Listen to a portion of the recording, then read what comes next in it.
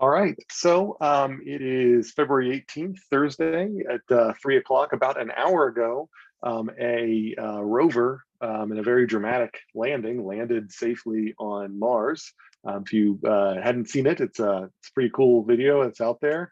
And I only bring that up because we've been talking about modeling dynamic systems. And so in flight control, for these things, there is a special position.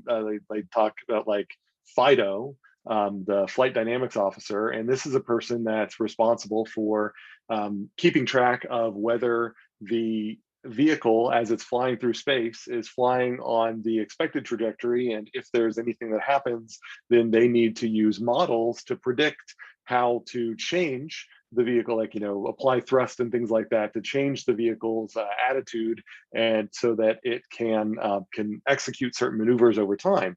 And the dynamic models that they use are effectively the same sort of models that you're building in this class.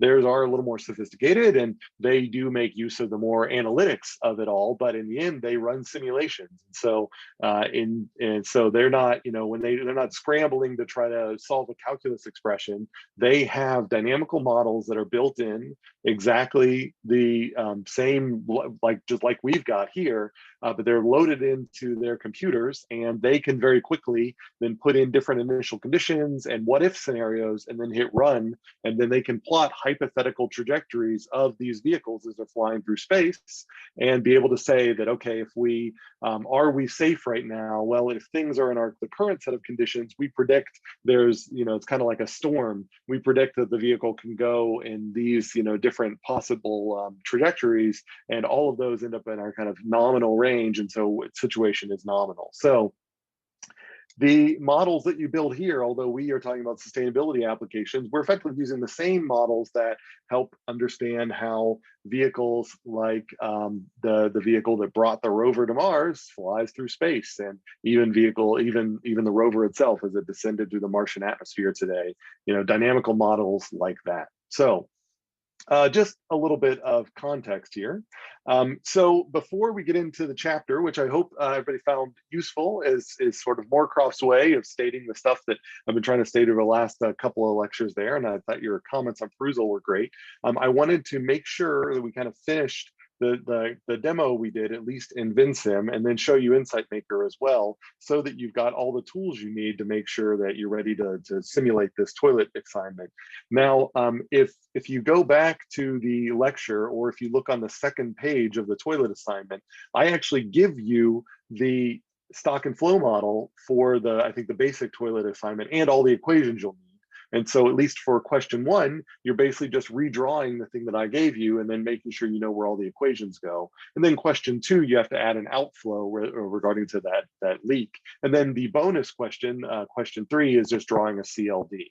So that's kind of what was going to yeah, that's kind of what's going on there. There's questions, by the way, about the rover, and yes, they actually have a little 2-prop helicopter that is on that rover that allow them to survey with a camera as well as drive the rover around. And so that's yeah, a lot of cool stuff. So if you weren't aware, rover just landed about an hour ago on Mars, an hour and 5 minutes ago today. Go to nasa.com/NASA Live or something like that to see images inside the flight control at JPL, and yeah, a lot of cool stuff today. Anyway, so Vensim. So when you open up Vensim, it looks like this one here. Now, I missed an important step when I did this the last time, and so after you open up Vensim, one of the first things you do is you go up to Model up here, and you go down to Settings. And when you do that, it will bring up a model settings window that looks like this one. And up top in the model settings under time bounds, there's an initial time, a final time, and a time step.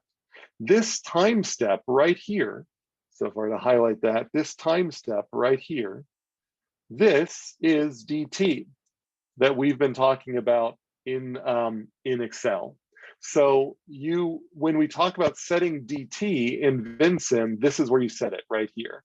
It's defaults to 1 second here, which for a lot of our systems might be, I mean, it just depends on what you're simulating. That might be fine. So by the way, this is, if you didn't see that, it's under the model menu. So you go up to the top model, and then you go down to settings. So model, and then you'll go down to settings. It'll pop up a model settings that looks like this. It should default to time bounds, but if it doesn't, you can click on time bounds here. And then from this time bounds, there is a time step that you can click on here. And that right there is your DT. And so it defaults to 1, but you can change it to whatever you want. You can either type it in, 0.01, or you can drag, it's got a bunch of time scales here that you can select from. And you can also then set a final time, and this is how long you want the simulation to run. So in Excel, when I said you need to have the toilet simulated for 5 seconds, you had to decide how many rows you needed. You don't have to do that anymore. You just tell Vensim, I want you to simulate up to 5 seconds, and it will then automatically figure out how many steps of simulation it needs. Just like that. So I can say 5 seconds like that with a time step of whatever, 0.01. And then the rest of the stuff, you might make use of units for time. So I can change this to seconds, and then that helps me, it helps with the plots because it'll make sure that it's got the right units when you do the plotting. But later on, we're going to find out that you can actually put units in the formulas. And so you can sort of specify that some things are in hours. And if it knows that your main time scale is in seconds, then it'll be able to actually do those unit conversions for you. And so that's why it's kind of important to get these things right, is to go down here and say, well, I'm simulating for 5 seconds, so I'm going to actually make sure I call these seconds. And going back to NASA, there was once actually a catastrophic event on another mission to Mars that that ended up ending in destruction of this hardware, because one team was using one set of units and another team was using another set of units, and they didn't have unit conversions built into the software. So that's why it's important to keep track of your units, make them explicit everywhere, so that when things talk to each other, they can do the right conversions. And that's something that unfortunately they didn't do on that particular mission. They learned a lot from that. And so we want to learn a lot from that too, and make sure you get those units. Okay, so that's where you adjust the time step. And then I'm not going to go through a super detailed example, but I do want to get a couple of things here. So if we were doing the bacterial example, I go up to level, that's where you do your stocks, and I can type in bacteria. And I can then go to, and maybe I'll make this a little larger. So I'm going to right click on this and then change my default font size to 20, just for to make it a little more visible. And then I'm going to go to rate, which is their Vensim's name for flow. I can click somewhere else and go into the bacteria. I can call that births. I can go from bacteria, and then I can go out. I can call that deaths. And then if I want to, I can create converter variables to kind of make the formulas simpler. So I can go over here and I can say variable, and maybe I can create a birth rate. And I could, in the previous one, I created another converter variable and drug into it. I'm just going to create a single one here. And I'm going to say that this birth rate is going to have a causal impact on the birth flow. So inside my, so I've got a simple system here. And so I'm going to click on equations, and it's going to say all 4 of these things that I've drawn in don't have their right equations. So if I click on birth rate, that brings up this ugly box. And under the equations here, I can think, well, I was told that these bacteria have 0.75 seconds between. So there's a question in the chat. I'm not seeing the model button. It is way up at the top, like next to the file menu. So if you look at like file, edit, view, layout, you should find it next to the layout button, model. It is not in the like the tiny, it's not up, it's not here. It's way up at the top. And then so, how did I open this? So if I'm looking at this here, if I click on the equations button, that turns everything black that doesn't have an equation. And then with this little equations button where it puts the little f of x next to the cursor, I can click on whatever I want to put the equation in at. So I can click on birth rate, and it will open up this box here that allows me to edit the equation for birth rate. So then from here, I can put in equations. And so I knew with birth rate that I told you that it takes about 0.75 time units, or in this case, it's seconds, but until between every birth rate or every birth on average. So the birth rate per bacteria is 1 divided by that average waiting time. So, so I'm just going to do 1 divided by 0.75. In the more sophisticated one, I created a separate average time until reproduction, and then I had it go into birth rate. And then in birth rate, I had it do 1 divided by that variable. I'm just going to compress them all into this thing and say 1 divided by 0.75 inside my birth rate here. So from there, that just becomes a constant, and it goes into births. So if I go click on births, then I get the same equations down here, but it now tells me in this bottom right window that I can use the variable called birth rate in my formula. Now, I would like my births to depend not just on the birth rate, but on the number of bacteria. So bacteria is not here. So that tells me that I'm missing an important link. So I go into my arrow tool when I go to bacteria, and I go back to births. So I can draw that link. And then I know that I'm also going to want deaths to depend on the current number of bacteria. So I'll draw that. So now if I go back into equations for births, then down here, I've got both bacteria and birth rate. Everything you draw in ends up putting a variable here that you're allowed to use in your formulas. So I am just going to multiply the number of bacteria currently by the birth rate per bacteria. And then that ends up giving me my births flow formula. For deaths, it tells me I have bacteria available to it. So I'm going to say I want the number of bacteria. Now I'm going to divide it by their average lifetime, which is, say, 3. So I need a births flow rate. And so I know that every bacteria kind of is constantly dying at a rate of 1/3, because 3 is the average lifetime. And so if I want to calculate the total amount of decay in the bacterial population, then I do that by taking bacteria divided by the average lifetime. And that's where I get this bacteria divided by 3 formula up here, where 3 is my average lifetime. If I wanted to, I could have created a separate converter which had the average lifetime in it, and then have it come in.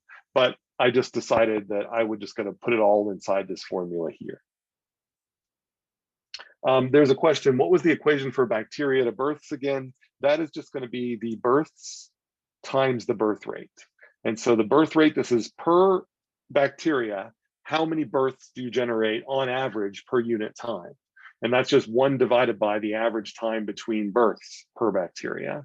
So if every bacteria every 0.75 seconds generates new bacteria, then if I multiply bacteria times that 1 divided by 0.75, which is stored inside this birth rate, then I get the number of births the population produces per unit time. And then the last thing I need to fix is the initial number of bacteria. And so for this system, I click on this, I don't touch this equation.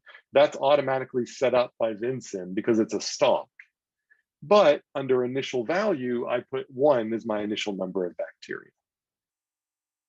And so now I have everything needed for my full simulation. So if I were to go up here and click simulate, it's probably going to ask me if I want to save, and I can save if I want. But if I've already simulated, it is going to give me a prompt that says, dataset currently exists. Do you want to overwrite it? What it's saying is it's already run a sim, and that sim may have taken a very long time to run. Or that sim might have been set up with other parameters. And if I hit yes here, it's going to erase that whole previous simulation and overwrite it with the results from this simulation. So that's the reason why it's asking me that. So if I hit yes, that's going to re-simulate this system, and it dumps the data from this system into a file somewhere. Now, in order to see the simulation outputs, I need to ask it to graph things. I do that by in the lock menu here. So that allows me to select things under lock sketch. I can click on any single one, and I can go over to graph. And if I click on the graph, then it will show me a graph of that single variable. So this is a graph of bacteria because I clicked on bacteria and said graph. And this looks like the exponential growth curve we were expecting. Now, if I wanted to plot births, I could have clicked on births and hit graph, and it would show me the birth flow instead. So I've got the bacteria graph here and the births one here. And if you look at the axes, they're slightly different numbers, but they have the same curve because one of them is just linearly related to the other one. But in general, these two different things could be, these two different variables could be doing very different things. It just so happens that in this model, they're shaped the same way. So, but what if I want to graph those on top of each other? Well, in that case, I can select multiple things by either highlighting by dragging a little square around multiple things like that, or I can hold down my shift key, which is what I'm doing now, and then I can click on one and then click on another. Oh, maybe I meant control. Nope, not control. Sorry, I have to relearn this for every, so I'm sorry, in Vensim, I have to do it by dragging. So I thought I had an option where I could do a clicking, but it looks like I have to drag a square around them. So right now I've selected births and bacteria, two things. I could have selected more. And if I go to graph, then I get them both on the same graph together. And down here in this legend, it says the blue one is bacteria and the red one is births. Now, what's cool here is I can also, instead of clicking on graph, I could have clicked on table. So if I do that, it gives me this, and I'm going to actually try for cleanly, or to make it cleaner to display, I'm going to click on table down. And if I click on table down, it shows me, and I'll see if I can make this a little smaller so I can get it all on the page here. It shows me effectively a spreadsheet output of my simulation. So by clicking on table down, instead of graphing all of these points, it shows all of the points. And look, these look exactly like what we got when we did this in Excel. This is just showing you that behind the scenes, Vensim is building its own spreadsheet and then running its own spreadsheet and then saving the data somewhere that's out of our way. And then when we click on graph, it plots that data. But when we click on table, we can get the spreadsheet output again. So this is really just doing all that hard work that we had to do manually ourselves last week. Now, what if you wanted to get this into a spreadsheet so you could do, plots? You're like, I really don't like the graphs that Vensim provides. I just want the raw data and I will graph it myself.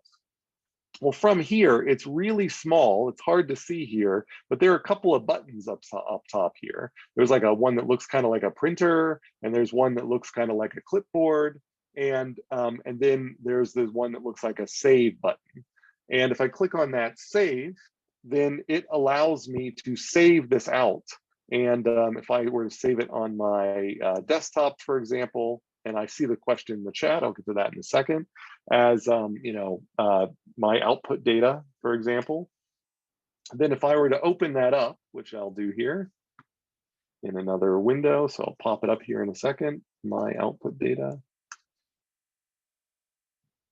Then it shows me the same data in a text file here, and I can go into Excel. So I can go like Excel, and I can open this thing up. So I can say File, Open, and have to end up showing my cluttered desktop here to find it, but my output data there.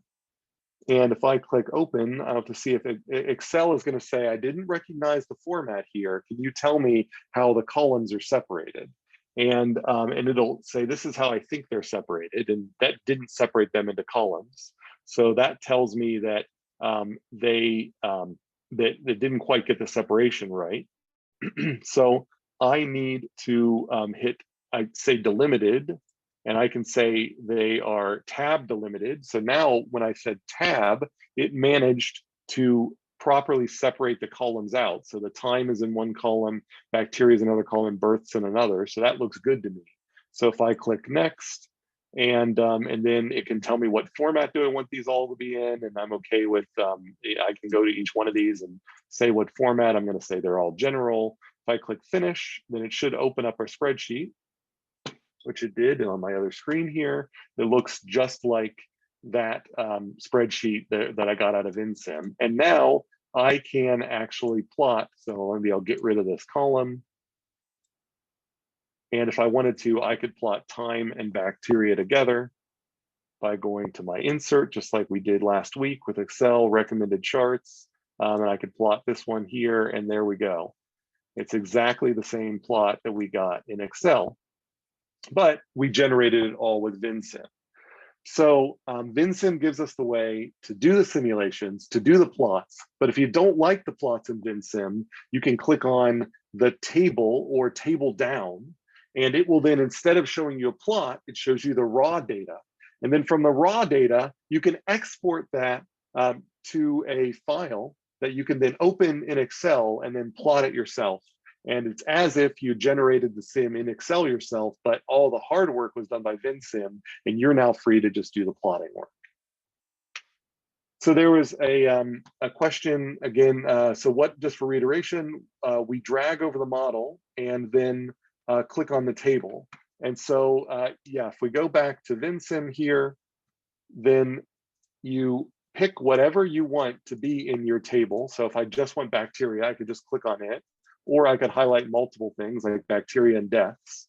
And if I click on graph, it will plot them. If I click on table down, it will then generate, show me all of the raw data.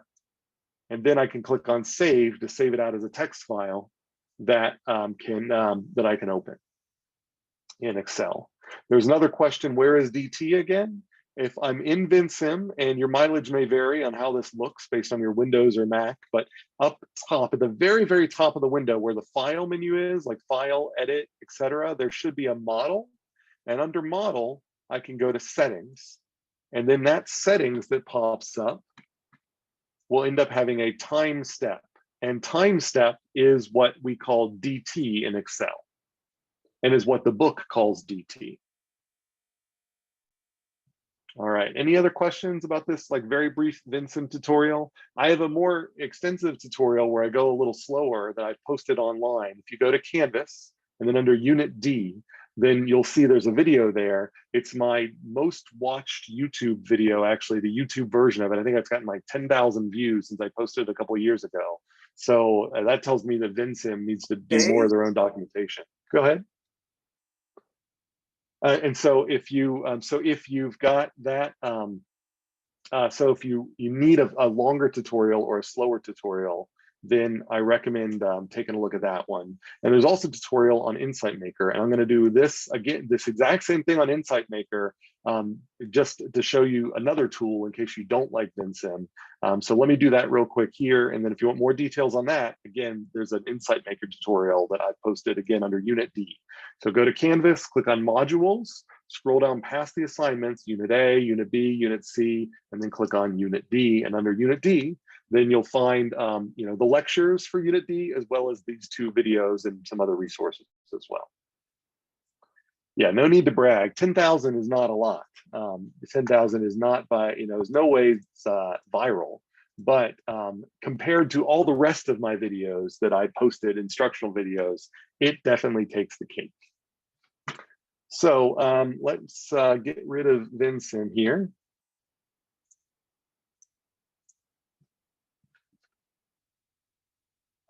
And those 10,000 do not include my students, because I don't post the videos you watch linked from Canvas are not my YouTube videos. Under Insight Maker, so if you go to insightmaker.com, then it will open up Insight Maker, and there will be an option to log in or create an account. So if you create an account, which you can do for free, then you'll end up getting a dashboard that kind of looks like this. Mine's cluttered because I use Insight Maker only for like instructional stuff. So I have a bunch of random things that just show up on my dashboard, like the last example I did in a class. So if you click on Create New Insight up here, You get a blank canvas, very similar to, well, it's not going to be totally blank. It has this like tutorial that gets loaded up here automatically. And you can follow around this tutorial if it's helpful, or you can just hit this clear and it's this blank canvas here, just like in Vensim. Now, this does everything that Vensim does, it just does it in a slightly different place or way. So you have to look for things in different places. So I can click on add primitive up here and I can add a stock. They're actually called stocks, not box variables here. So I can click a stock and it gives me this little rectangle here. It says new stock. If I were to click on the little, this little equal sign up here, then this allows me to set my initial condition for the stock. So that's like clicking on the equation. So I can set 1 if I want this to be bacteria. Now, how do I change the name of this stock? Well, if you click on the inside of it, you can then change the name to like bacteria. The other thing you can do is if you click on it, then in the right-hand nav bar here, then it has a bunch of details that you can edit. And one of those is the bacteria, the name here. If I click off of it, it disappears. I click on it, I get access to this. That's not showing up for you. It might be hidden. So you can click on this little thing to open that up again, and then click on it, you got your stock. Flows, again, different in how you find them. I have to click on this flows transitions here, and then I can draw after I click on this guy, flows transitions, then notice there's a little arrow in the middle of bacteria. I can click on that and drag it, and that will generate a flow, which by default will be an outflow. If I had another stock, I could drag it to the other stock and then they would connect together. But I didn't, I just let it go on the canvas, and so it's coming out here. Now I see, I don't want an outflow, I want an inflow. Well, then you click this little reversal arrow and it turns it into an inflow. I know it's weird, but this is just the way they simplified drawing the flows, because you have to start them on a stock. And so by default, they always start as outflows. So I draw my 2 outflows, and then there's this little reversal guy. So if I click on one of these and I click the reversal, it'll change the direction back and forth. So then I can click, click or double click. Eventually you can get yourself so you can get your cursor so you can edit this name. I can call this births, I can call this deaths, just like before. And then now I need to create my causal links. So I'm going to, or if I want to add a variable, so I'll add a variable under add primitive. This is like your, don't pay attention to this converter thing yet. There's this is the kind of graphical converter. But if we add a more generic converter, which is called a variable, it comes up as this oval shaped thing. And I can call this birth rate, just like I did in the previous one. And now I need to draw my causal links. So if I click on now links, then now if I were to drag out from one of these arrows into another, it doesn't draw a flow anymore, it draws a link. So you're always drawing arrows the same way by clicking on the arrow in the middle of something and dragging out to connect it to something else. But whether you're drawing a link or a flow depends on what you have this toggle set to. So I need another causal link from bacteria into births. And now here, this gets a little ugly because it managed to draw that link on top of the flow, so I can't see it. So pay attention here. In order for me to make an arc out of here, I have to hold down the shift key and then click once on the middle of this flow. And that creates a handle, I'm sorry, not in the flow, in the middle of this link. And that creates a handle on the link, where then if I let go of shift and then click on that handle, I can drag it up and create the arc. So again, if I want to do the causal link from bacteria to deaths, I drag that link in here, and then I need to hold down shift and then click on the middle of that link to generate a new handle. And then I grab that handle and then drag it up. And then now I have those 2 causal links with a proper arc. Now all I need to do is adjust the equations. Is there a way to have the arrows so they're not blocking the letters? You can move these things around so that It's a little bit more convenient, but the aesthetics are always going to be kind of challenging. Making the fonts bigger, dragging where the names are around, changing the links of these things. There's a bunch of little aesthetic things you can do, but your mileage may vary, and it's kind of more of an art than a science. So now I just need to put in the formulas. And so I mouse over all of these things and click on the equal signs to bring up the formulas. For the birth rate, I'm going to again say this is 1 over 0.75, like I did in Vensim. For the births, I'm going to click on the equal sign on the flow. And it shows me that I have access to both bacteria and birth rate, just like in Vensim. So I'll say bacteria times birth rate. And I am going to uncheck this, restrict this flow to have positive rates. We'll talk about this more later, but basically this adds a nonlinearity that we're kind of ready to handle yet. So I'm just unchecking that. It's not going to make a difference in this model, but it's always good practice to uncheck that. And then I'm going to do the same under deaths, where I click the little equal next to deaths, and I'll say it's bacteria divided by my lifetime, which I've defined as 3, and I'm going to uncheck this. And then I already did the initial condition, but if I click on the equal sign on top of bacteria, I leave the initial condition to 1, leave that unchecked, and I have a full simulation. So now if I click on simulate, it's actually going to bring up a graph of the system. And by default, it graphs like pretty much everything. So if I want to edit what it graphs, I can either hit configure, and I can say, what are you graphing? And it says it's graphing both bacteria and birth rate. And I can say, well, I'd like to see which one is which.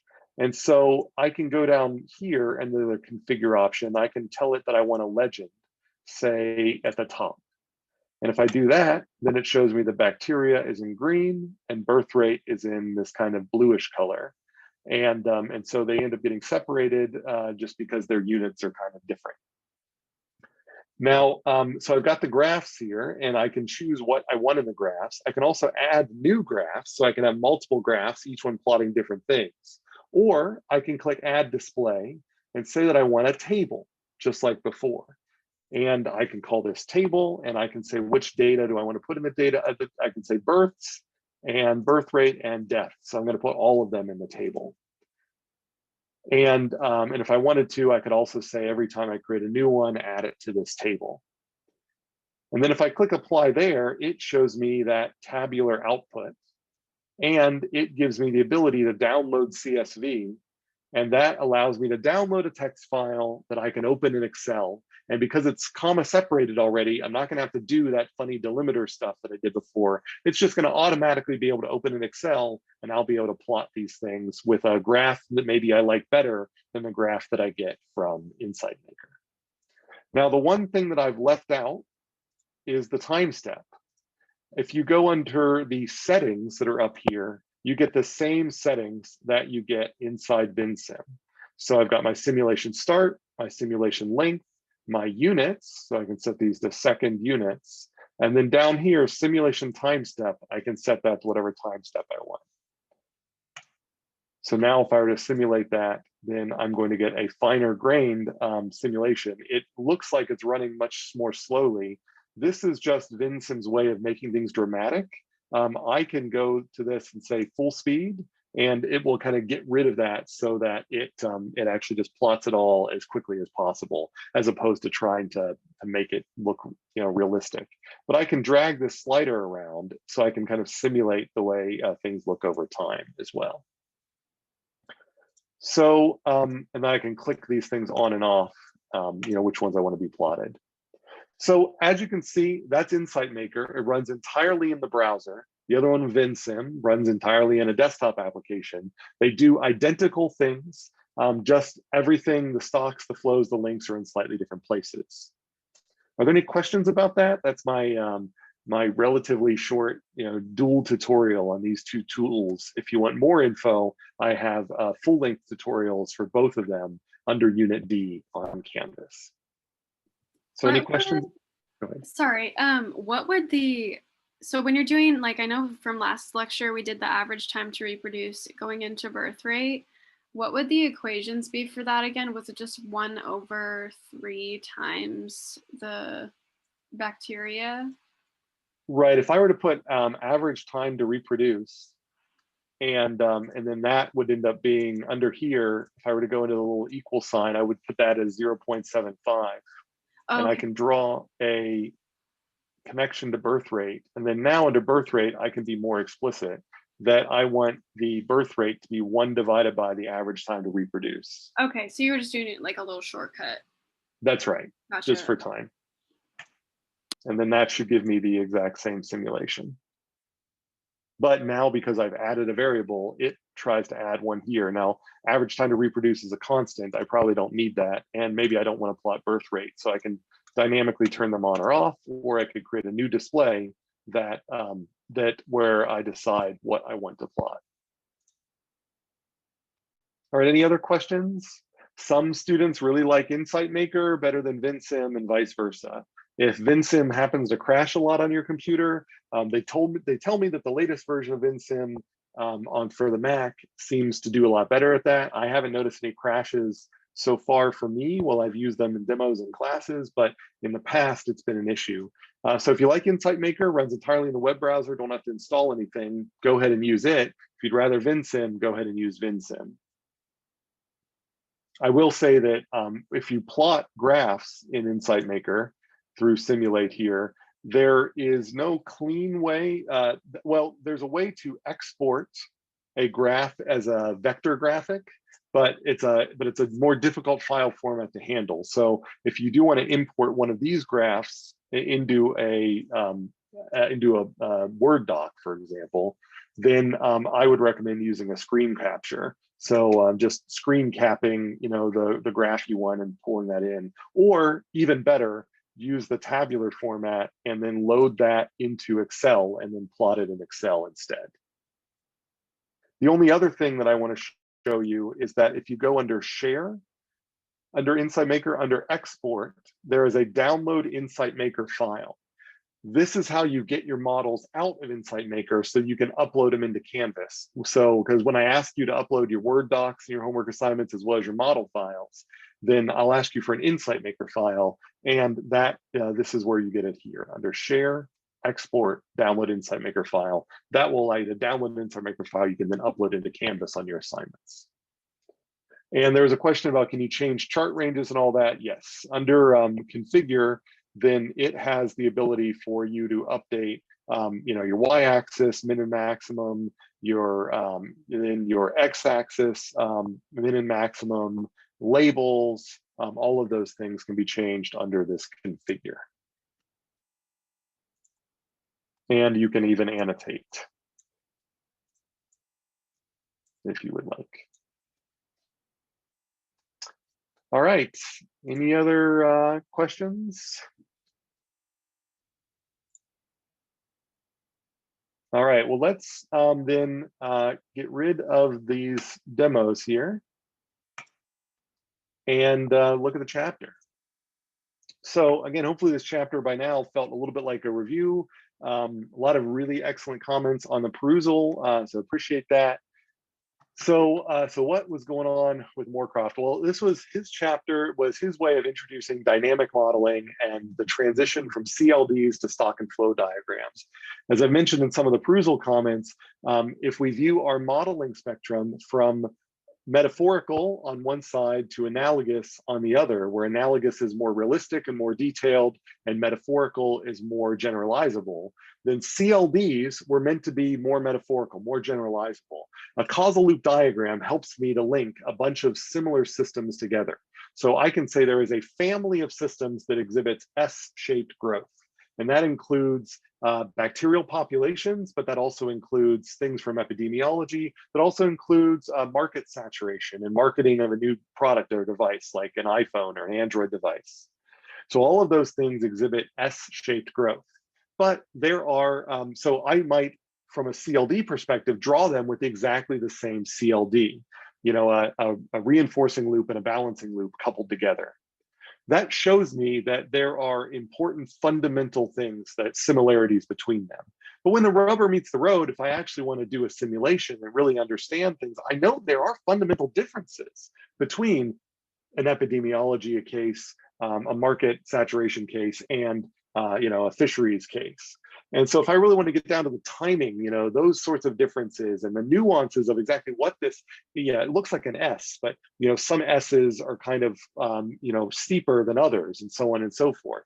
If I really want to get down to those details, I need the dynamics. I need a more specific model of my system. I need to go in and say, all right, what is driving the reinforcing loop in the fish? What is driving the reinforcing loop in the disease case? What is driving the reinforcing loop in the marketing case? And in those three cases, the answers are probably going to be very different.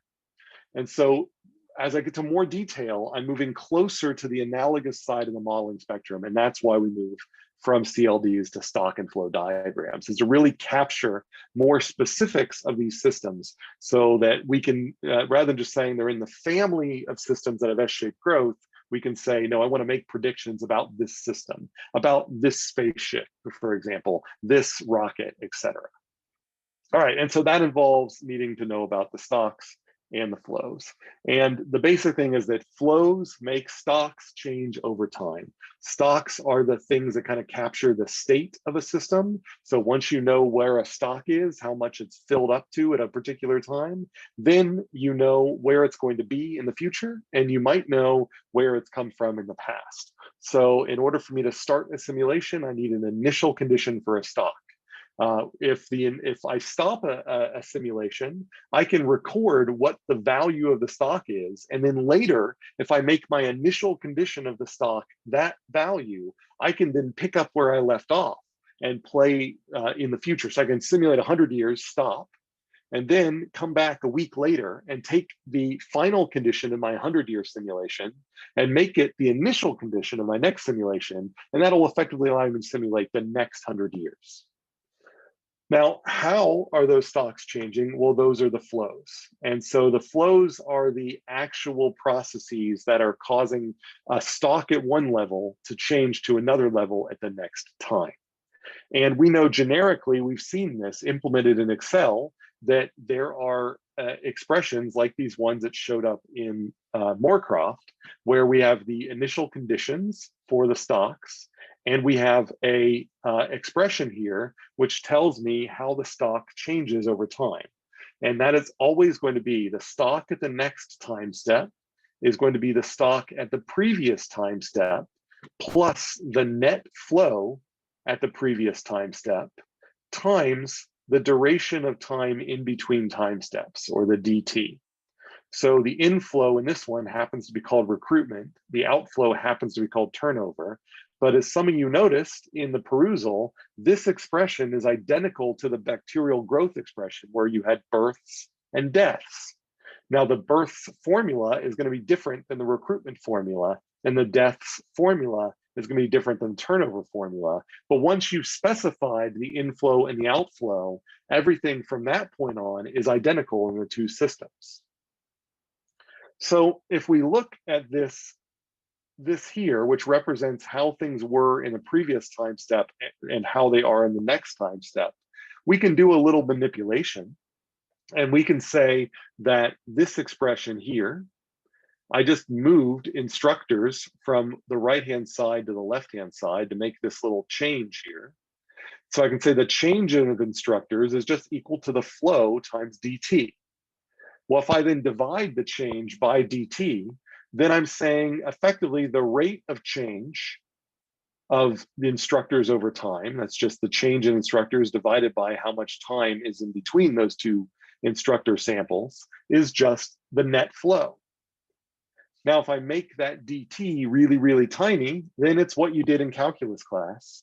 And it is saying that if I have instructors, a graph that has been plotted over time, then the derivative of that graph at any instant of time is going to be equal to the net flow at that instant of time. So if you were to take the state at that instant of time and calculate the recruitment minus the turnover at that state of time, then you would find the slope of the graph. at that instant of time. And so when we are specifying these net flows, these inflows and outflows, what we're just doing is writing what we think the rate of change will be at any instant of time. And then we let the computer combine all of those rates of change together into what is effectively an integral. So what pops out of Vensim is an integral that starts with whatever your initial condition was, and it solves the integral of whatever your flows were over that time period and adds them to that initial condition. And that's how we get the curve that we get over time. And so that's all we're seeing when we build these stock and flow diagrams. We write them in this form here, which is just a graphical way to write this thing down here, which what a mathematician might write.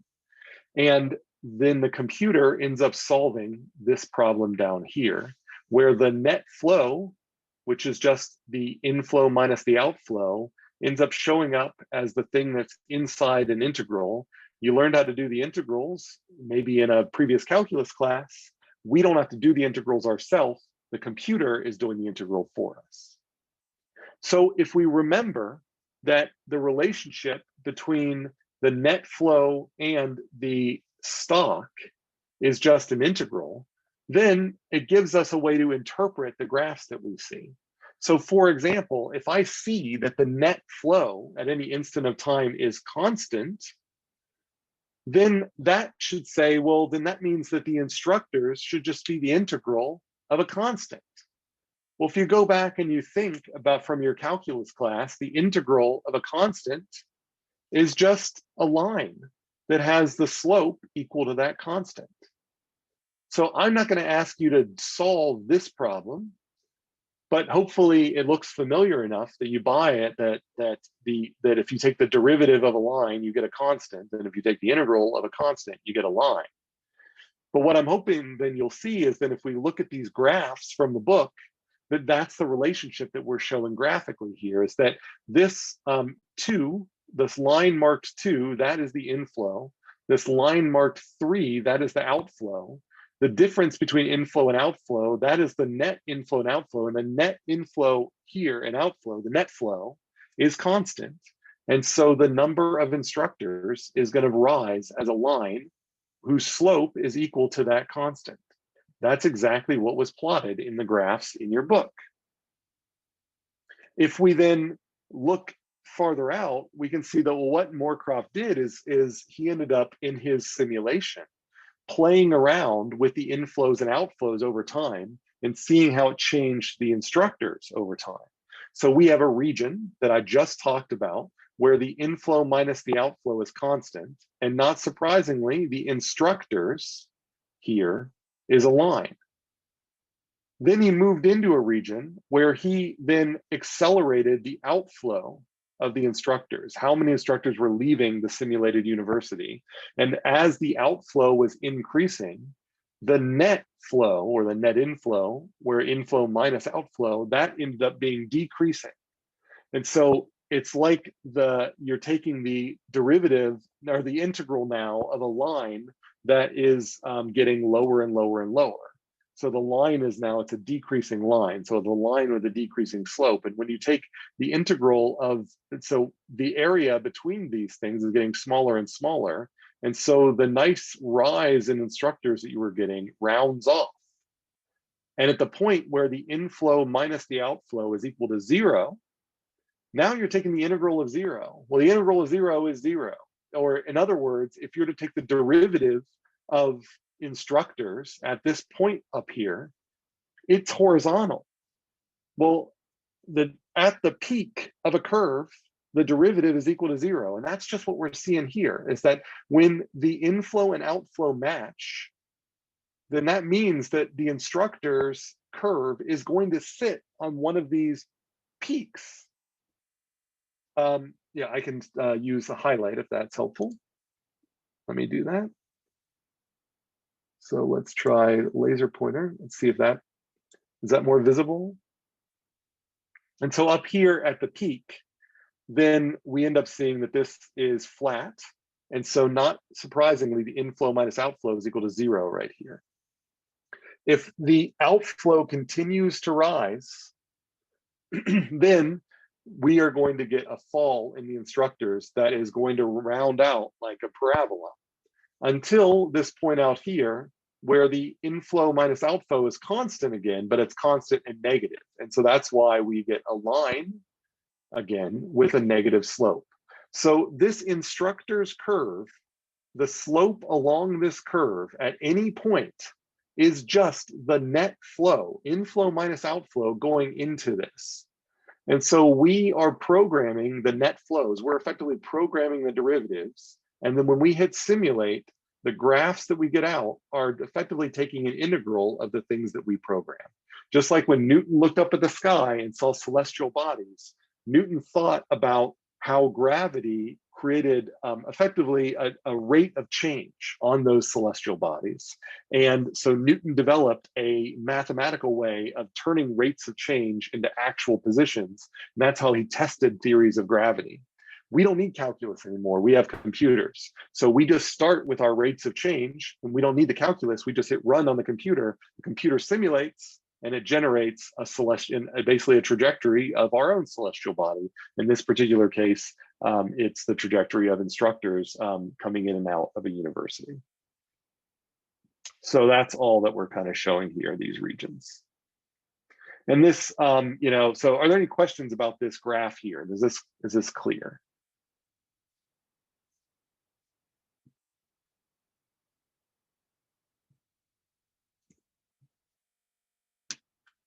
Okay, well, I mean, so I think this will become more clear kind of over time, but if there are specific questions, so yeah, I mean, you just have to kind of get practice at reading some of these graphs. One thing that I'll tell you is that this graph down here of outflow, this is actually being driven exogenously. So what that means is that in Morecroft's simulation, he's just programmed the outflow to at whatever this year is, or month 12 after the first year, that the outflow will start rising. And then at month 27, the outflow will level off. And so Morecroft is saying that if we happen to have this input signal where the output is, it's low, it rises, and then it's high again, then what will the instructors look like over time because of that outflow? And so that's sort of all that he's kind of testing here.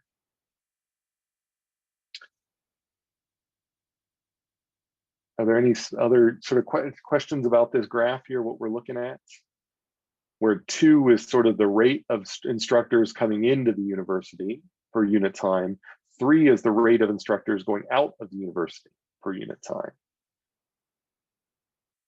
Sorry to ask this again. I'm sure you already said it, but what was the A, B, C, D, and D standing for on the graph?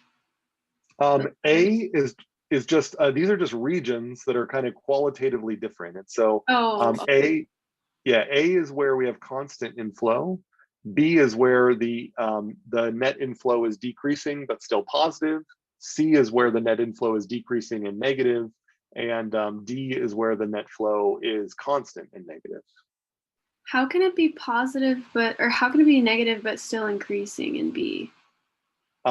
So in B, the net flow is positive, but decreasing. So this is because the inflow is still greater than the outflow. So you're still adding instructors to the university, but they're decelerating. So you're adding fewer and fewer instructors per rate of time. But C is one where at this point, you're losing instructors faster than you're gaining them. So in C, then it's going so far as to say you start losing more instructors than you're gaining them, and by month 27 you're losing a lot more instructors than what you're gaining, and that's why you get this kind of deceleration that is kind of maximized here. And then finally they get a hold of things at month 27 where but you're still losing far more instructors per year than you're gaining, and so the total numbers of instructors in the university declines linearly because you have a constant difference between the outflow and the inflow. And thanks for some of those clarifications in the chat. Those were very helpful. All right, any other questions about this? All right. So again, back to this Newton example. So, I asked this for what if Isaac Newton had a computer? So of course there's this tale about Newton seeing an apple falling, and that's how he came up with kind of the theory of gravity. And so what Newton basically needed to create a formal mathematical system to capture was this idea that the rate of change of speed is equal, in the case of the apple falling, is equal to negative gravity. So you have some acceleration due to gravity. And he said, well, acceleration is the rate of change of speed. So he said, I'm just going to write how I'm going to think of speed as a stock. And I'm going to say, how does that stock change over time? Well, the thing that causes speed to change over time is gravity tugging on speed. So if the initial speed was going up, it will get slower and slower and slower and eventually come down. And the thing that is causing the velocity to change over time is gravity. So this is what Newton wrote to say that. What we would write in Vensim or an Insight Maker is we would draw a stock called upward velocity, and we would draw a flow, which is its change in velocity over time. And we would say that the change in velocity over time is causally linked to this acceleration due to gravity, which is an exogenous parameter, which is set on, so Earth has one acceleration due to gravity, Mars has a different acceleration due to gravity. We are not worried about why the acceleration due to gravity changes from Earth to Mars. We're assuming that we can assume that it's just constant. And so we just put it in as a parameter as negative g is our acceleration due to gravity. If we wanted to simulate what happens on Mars, we would just change this g to a different level. But otherwise, the rest of the system would be the same. So then Newton says, all right, well, what is velocity? Well, velocity is just the rate of change of position.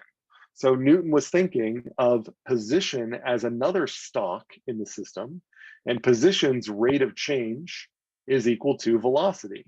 And so, so he said, well, the change in height over time, well, that's just equal exactly to velocity. So the change in height over time is going to be causally linked to velocity. So Newton wrote this expression up here, which looks like something you'd see in a calculus class.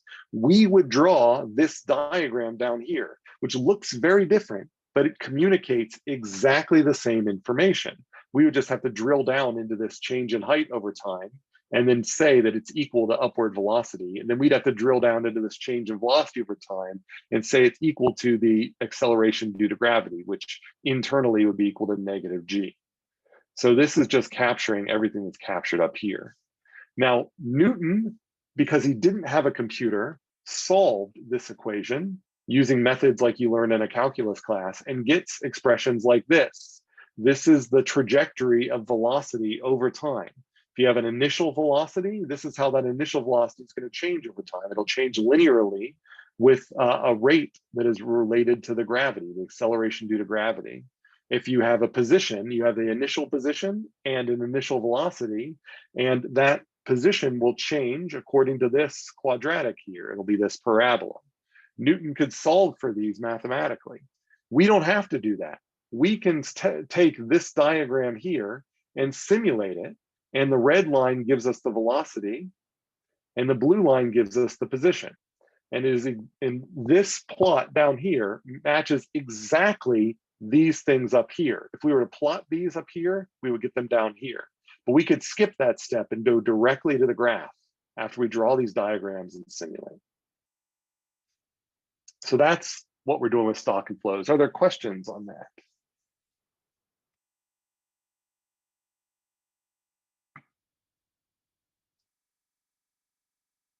Yeah, I mean, if you didn't have a computer, then certainly working all this out is pretty difficult. On the other hand, if you did have a computer, it's my claim that these little DTs are actually kind of easier to think about than the calculus. And so, maybe actually, if you had the ability to numerically integrate these things, then maybe it wouldn't have even driven Newton to try to come up with these fancy mathematical formalisms, because it's actually kind of a little easier to think about the bank account, I think. All right, so let's jump on. So that's what we're trying to build, is we're trying to build models of all the net flows in systems. And that means we need to come up with all the stocks and then come up with the flows that affect them. So how do we define all these stocks? And so this is where this tangible versus intangible stocks came into play. And so in a model of a TV studio or of a TV station, then he listed that there are stocks that you can actually go out and physically touch in the real system. And they're important. So we have to list all of those. We need these 4 so-called tangible stocks. We can grab them up. The number of coffee cups in my hand, I can measure that. It's 1. So, but that's not the only thing that's important in the system. So the intangible stocks, these also drive the dynamics of the system. It's hard to measure them, but we know that our choice of how we're going to change the number of transmitters we have, or our programming content and all that sort of stuff, is going to depend on how many languages are represented in our TV station. So if our TV station doesn't speak, doesn't have anybody who speaks French, then we probably aren't going to put transmitters in France. So there is a relationship between those things that we need to model. Program quality. If the program quality goes down, we are probably not going to get advertising revenue. If we don't have the advertising revenue, we're not going to be able to buy more transmitters. So we need both these intangible stocks as well as the tangible stocks to capture all of the dynamics of our system. So are there questions about that, about the difference between intangible and tangible stocks? Was that pretty clear from the text?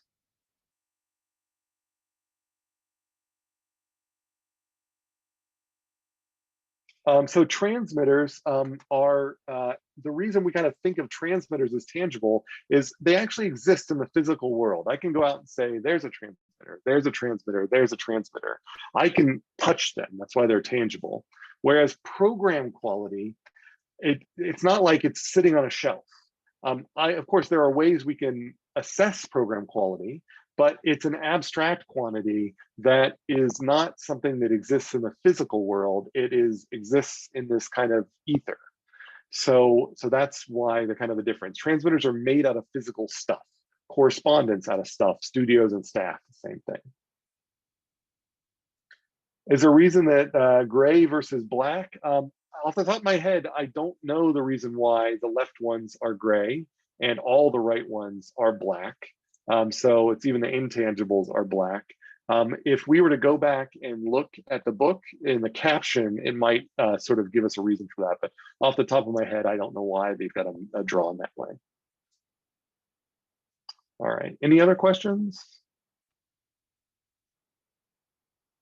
All right.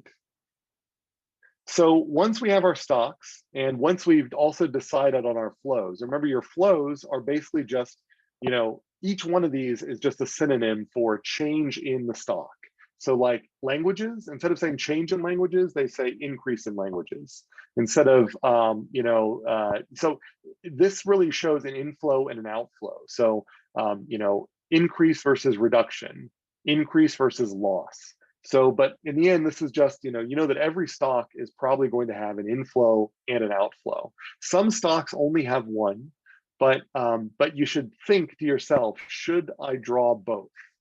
And so you can start out thinking that you should draw both and then delete the other one if you find out you don't need it.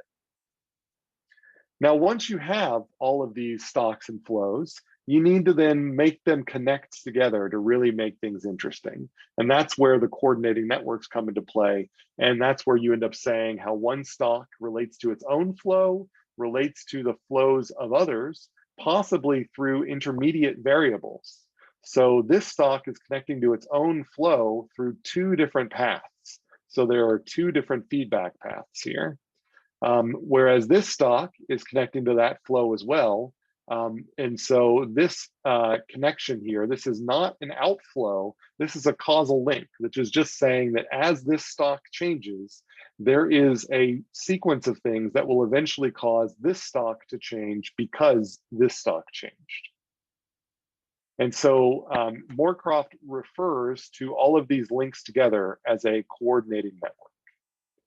And don't worry about the difference between information flow and causal link.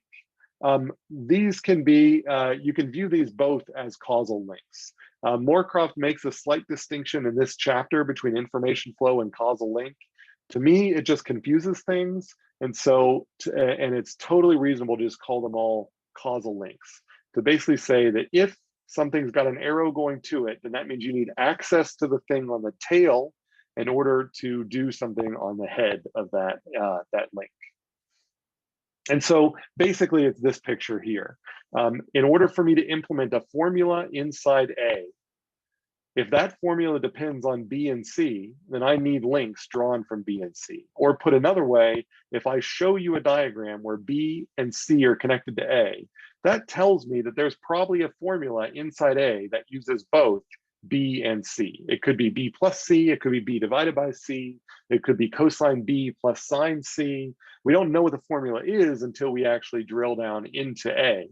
But this is telling me that at least there is a relationship there. If you want to add more detail, you can put a plus and a minus in front of these to give the reader some idea about how they're causally linked. That's not necessary, and sometimes it's not possible, because sometimes the formulas you use is whether there's a positive or a negative relationship depends upon kind of the actual values of A, B, and C at that instant of time. So, so that's part of the reason why we don't require you to put the pluses and minuses. But if you can, they always sort of make these things more interesting. All right, questions about the causal links, how they work?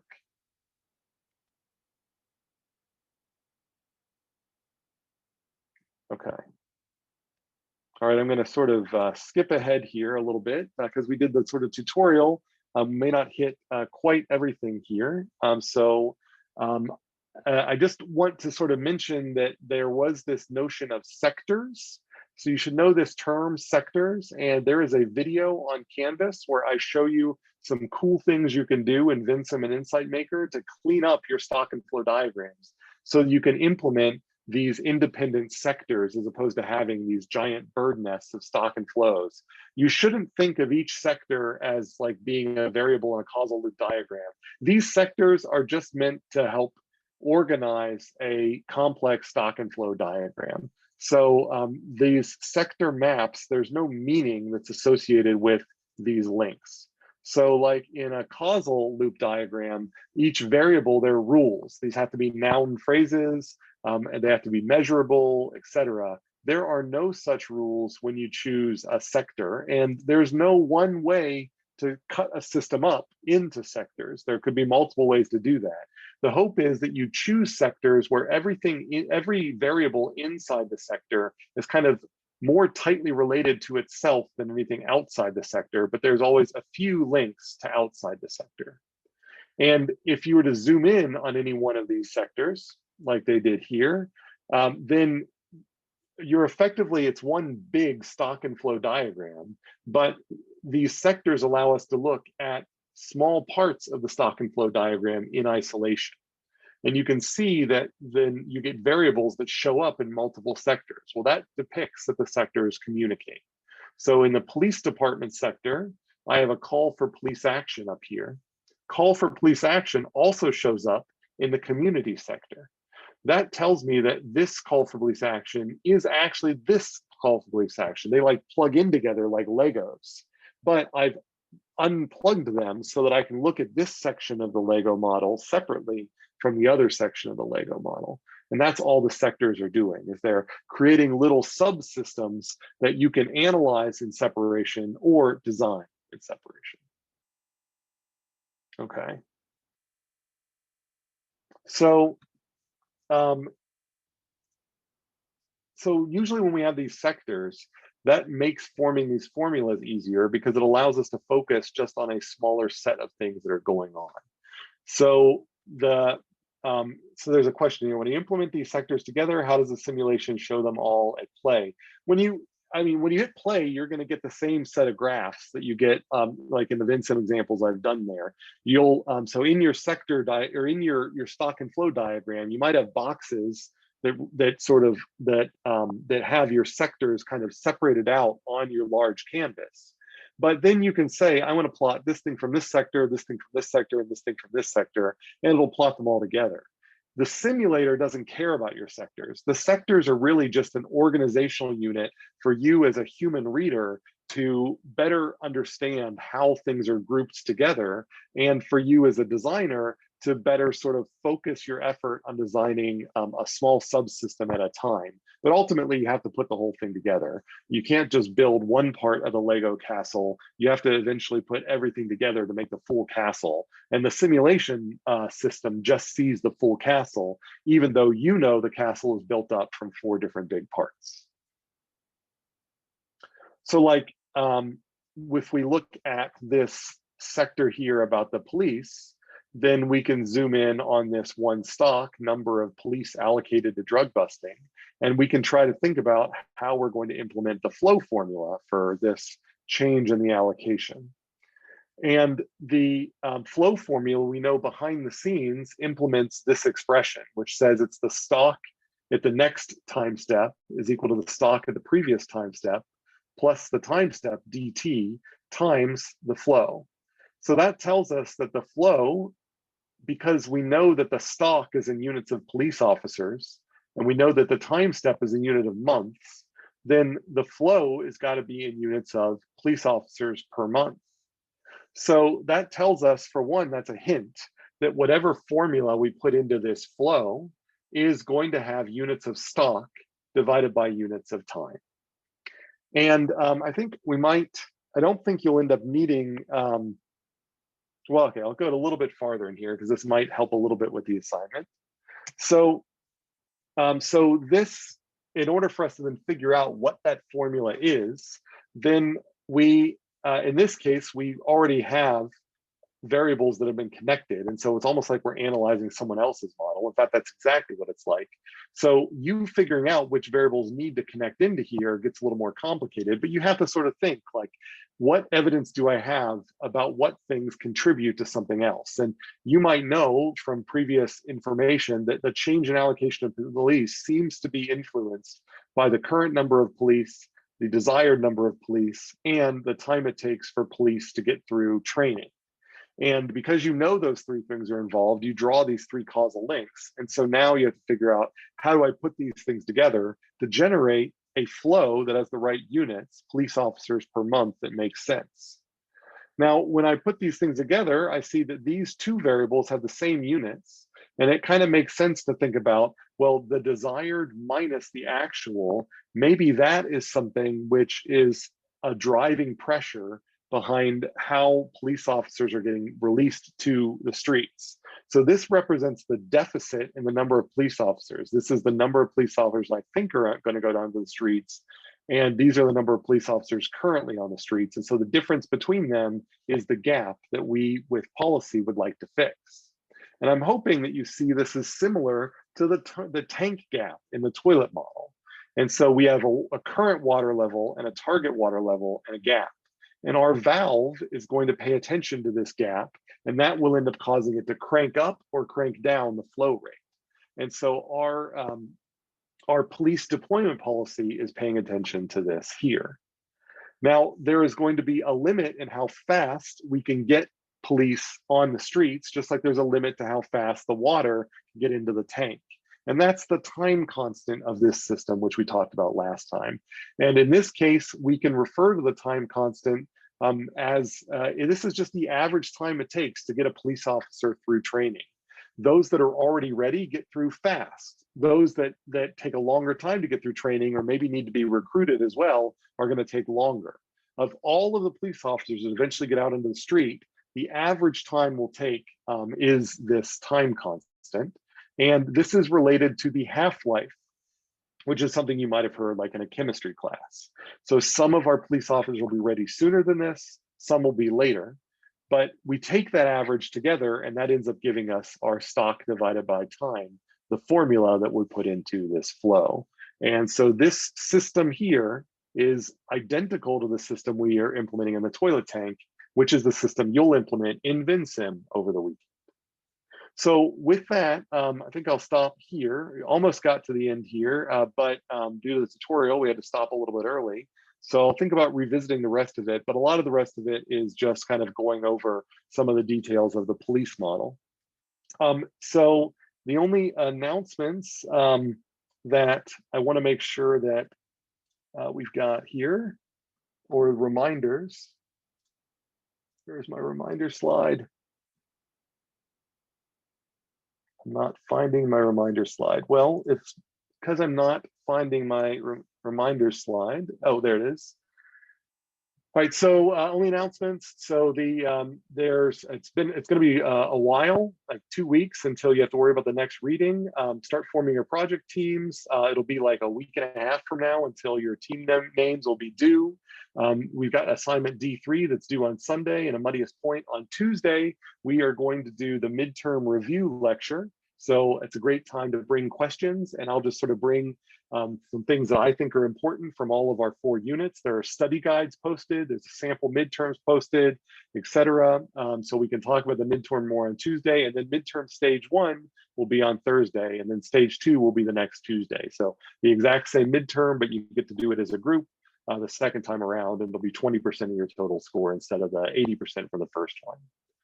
So I just want to put up the attendance exercise because I'm running a little over, as is usual.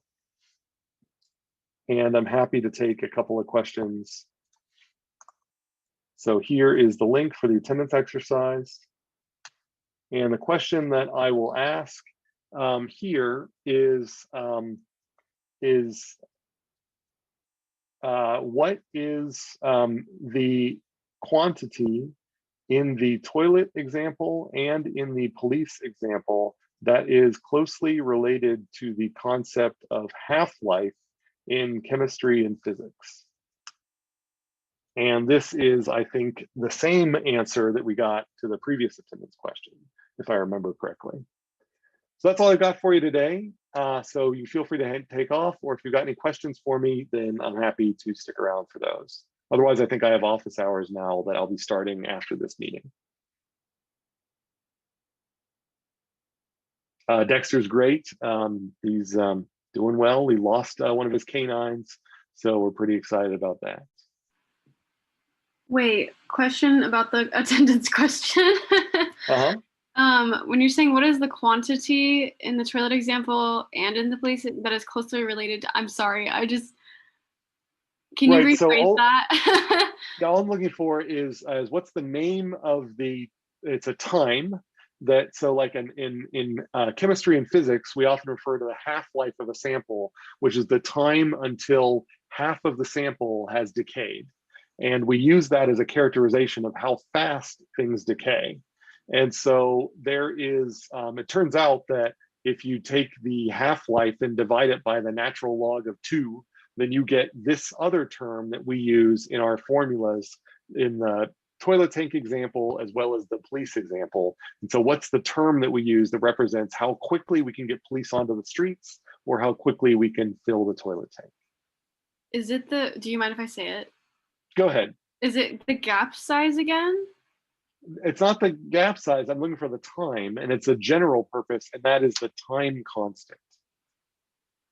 Are you talking about DT? No, that's the answer. I'm looking for time constant. So the word, just the phrase time constant is a general parameter we use that represents the sluggishness of dynamical systems. The time scale on which systems can respond to change is the time constant. Okay, so the quantity is time constant. That's all I'm looking for. That is the right answer to the attendance question. Okay, sorry, I was just thinking about a number, I think, because it was, but that's qualitative, that's not quantitative. So that's why I got that mixed up. So thank you for the clarification. All right, any other questions? All right, in that case, I will see you Tuesday for the midterm review or in office hours here in a few minutes. I have a question for right now before everybody leaves. Do you ever do, this is kind of not related to the class, but do you ever do, like if I wanted to be going into like a major, like for my master's degree that was related to modeling, are you someone who's up for like being like my mentor, or things like, those kind of deals for like theses? Do you do that for students? Yeah, I mean, I mentor masters and PhD students in a number of different programs, and I'd be happy to chat about those things. So that sounds like it could be like a longer discussion. So that would be a great thing for office hours or an appointment or something like that. Okay, just something to think about. All right, cool. Well, I'll be coming sometime soon. Not sure when, Okay, but sometime. sounds good. All right, thank you. Bye. Yep. Bye.